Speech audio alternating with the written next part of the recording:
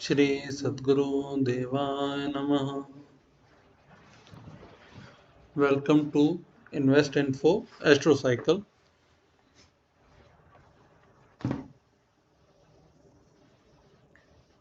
ये last week के कुछ चार्ट्स मैंने अलाइन किए हैं जो हमने डाले थे, उनके अकॉर्डिंगली मार्केट ने कैसा बिहेव किया है। आप भी इनको आगे जब भी मैं डालूँ आप ट्राई कीजिए प्लेस करने की, कॉमन चीज़ें नोटिस करने की कोशिश कीजिए। किस टाइम सब लॉट चेंज हुआ, किस टाइम नक्षत्र लॉट चेंज हुआ, और उस टाइम पे चार्ट क्या कह रहा था और क्या मूवमेंट आई। आगे के लिए ये हेल्पफुल रहेंगे। इसी टाइप से अगले दिन का ये है, उसी टाइप से अगले दिन का ये है। ठीक है, नेक्स्ट चलते हैं। ये कुछ नेक्स्ट वीक के एंगल्स हैं जो प्लैनेट्स के आपस में बन रहे हैं। मैं मेजरली 0, 30, 45, 60, 90, 120, 135, 150, 180 इनको लेता हूँ। 144, 108 काफ़ी सारे एंगल बनते हैं। वो आप अपनी स्टडी के हिसाब से देखिए कौन से काम करते हैं, कौन से काम नहीं करते हैं। ये कुछ एंगल्स हैं। और 45 डिग्री ये एंगल्स अधिकतर माइनस की तरफ ही इशारा करते हैं। नेगेटिव इम्पैक्ट हो सकता है, देखते हैं। लेकिन कोई प्लेनेट अगर इनमें से रेट्रो है, कुछ केसेस हैं, व्यापार रत्न पढ़ना पड़ेगा आपको, आप वहाँ से पढ़िए, उसके हिसाब से इनके इम्पैक्ट कैलकुलेट कीजिए। आगे चलते हैं। ये SBC है कल के लिए। तो यहाँ पर हम मून को देखते हैं।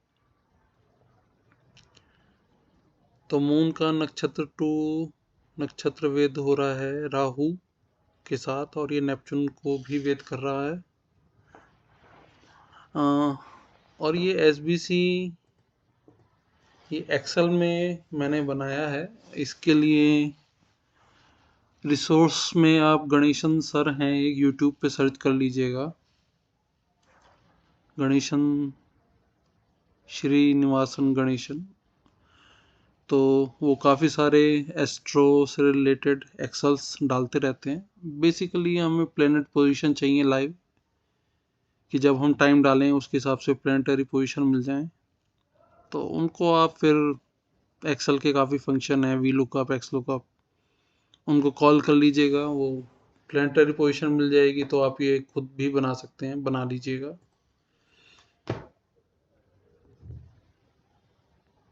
तो हम यहाँ पर देख रहे थे इनका आपस में वेद है।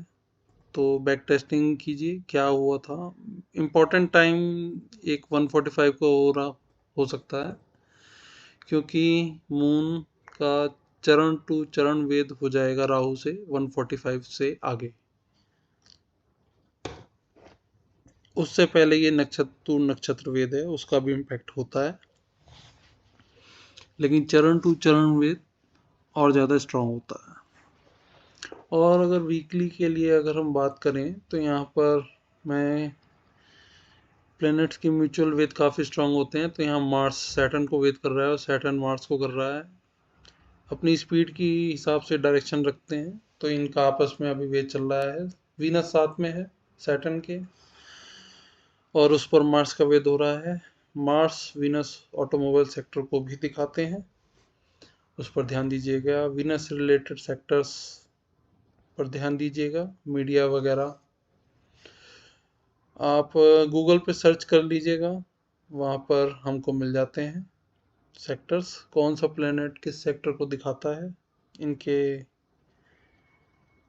आपस में वेद, एंगल्स, ये सब इनके सेक्टर्स को भी इम्पैक्ट करते हैं। आगे चलते हैं। यहाँ पर सन प्लूटो को क्रॉस करेगा इसी वीक। ये एक इम्पॉर्टेंट टर्निंग पॉइंट हो सकता है। मार्केट के लिए। और एक इम्पॉर्टेंट साइकिल यहाँ पर एज पर गायन अगर हम देखें तो एक इम्पॉर्टेंट साइकिल स्टार्ट होने वाला है, या फिर कहें कि स्टार्ट हो भी चुका है। इसके लिए आप गैन से रिलेटेड बुक्स पढ़िए। मैं भी अभी गैन पढ़ ही रहा हूँ। ठीक है, अपने लेबर्स के लिए डिस्कस करते हैं। ये पूरे वीक सिर्फ इसके अलावा सिर्फ वही 3 पेजेस का वीडियो बनाऊंगा 2 मिनट का। इस संडे का वीडियो थोड़ा लंबा होता है। तो निफ्टी के लेवल्स 20 तारीख के लिए ये हो सकते हैं।